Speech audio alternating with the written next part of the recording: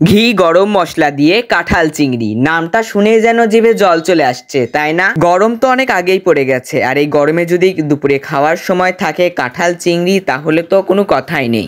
তাহলে চলুন আজকে আপনাদের সাথে কাঁঠাল চিংড়ি রেসিপিটি শেয়ার করি। আপনারা এখন দেখতেই পাচ্ছেন মা কাঁচা কাঁঠাল কেটে নিচ্ছে। এই কাঁচা কাঁঠালকে কিন্তু অনেকে এঁচড় বলেও ডাকে কাঁচা অবস্থায়, কিন্তু আমাদের এখানে কেউ এঁচড় বলে ডাকে না, আমাদের এখানে সবাই কাঁচা কাঁঠাল বলেই ডাকে। কথা বলতে বলতে কিন্তু মায়ের কাঁঠাল কেটে নেওয়া হয়ে গেছে। এরপর মা কাঁচা লঙ্কা ও আলু কেটে নিল। ততক্ষণে আমি গেছিলাম ছাদে, ছাদ থেকে তেজপাতা নিয়ে আসতে। এসে দেখি মা চিংড়ি মাছ ছাড়াচ্ছে, কারণ চিংড়ি মাছ তো ফ্রিজে ছিল, এই জন্য চিংড়ি মাছ ছাড়াতে বেশ কিছুক্ষণ সময় লেগেছিল। আর এই চিংড়ি মাছ দিয়ে কাঁঠাল চিংড়ি আপনারাও একবার বাসায় ট্রাই করবেন, দেখবেন আপনাদেরও খুব ভালো লাগবে। সবজি ও চিংড়ি মাছ ধুয়ে নিয়ে মা কড়াইতে তেল গরম করতে দিল, আর যতক্ষণে তেল গরম হচ্ছিল ততক্ষণে মা এদিকে চিংড়ি মাছটা লবণ হলুদ দিয়ে ভালো করে মেখে নিচ্ছিল। রান্নাটি সুস্বাদু করার জন্য আমরা একটি পেস্ট তৈরি করে নেব। শুকনো লঙ্কা, আদা, জিরা, পেঁয়াজ, রসুন, এলাচ, দারচিনি এই সব কিছু দিয়ে আমরা প্রথমে মিক্সিতে ব্লেন্ড করে নেব। অতঃপর চিংড়ি মাছগুলো সব গরম তেলে ভেজে নেব।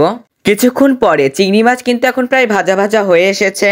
চিংড়ি মাছ ভেজে নেওয়া হয়ে গেলে আলাদা পাত্রে তুলে রাখবো। আর আমাদের ইউটিউব চ্যানেলটি সাবস্ক্রাইব করে ভিডিওটিতে লাইক, কমেন্ট ও শেয়ার করে আমাদের পরে ভিডিওর জন্য উৎসাহিত করতে পারেন আপনারা।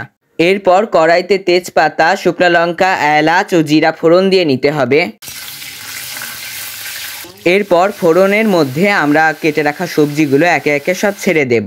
তারপরে স্বাদ মতো লবণ ও হলুদ দিয়ে আবার বেশ কিছুক্ষণ ধরে আমরা নেড়ে চেড়ে নিব।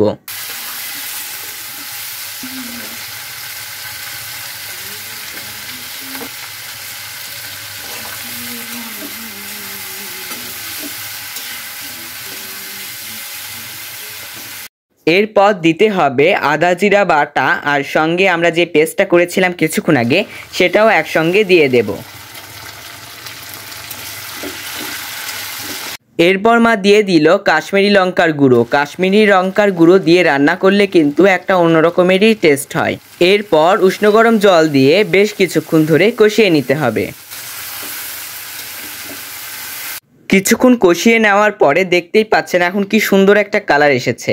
আর এখন আমাদের যে জিনিসটা দেওয়ার পালা সেটা হচ্ছে চিংড়ি মাছ, কারণ চিংড়ি মাছ ছাড়া কাঁঠাল চিংড়ি একদমই মানাবে না। তাই এখন মা চিংড়ি মাছটা দিয়ে দিল।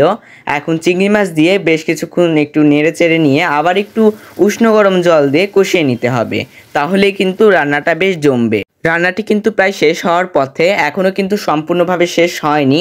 আর এত সুন্দর মজাদার রেসিপি আপনারা একবার হলেও বাসাতে ট্রাই করবেন প্লিজ। এরপর মা শিলপাটাতে এলাচ ও দারচিনি একটু থেঁতা করে নিল। কাঁঠাল চিংড়িতে এভাবে করে এলাচ ও দারচিনি একটু বেটে দিলে রান্নার স্বাদ কিন্তু আরও বেড়ে যায়। এখন মা বেটে নেওয়া এলাচ ও দারচিনি উপর দিয়ে ছড়িয়ে দিল। এই রান্নায় একটা জিনিস না হলে রান্নাটি অসম্পূর্ণ থেকে যাবে, সেটা হচ্ছে ঘি। এই রান্নার স্বাদে ও গন্ধে ঘি কিন্তু অত্যন্ত গুরুত্বপূর্ণ।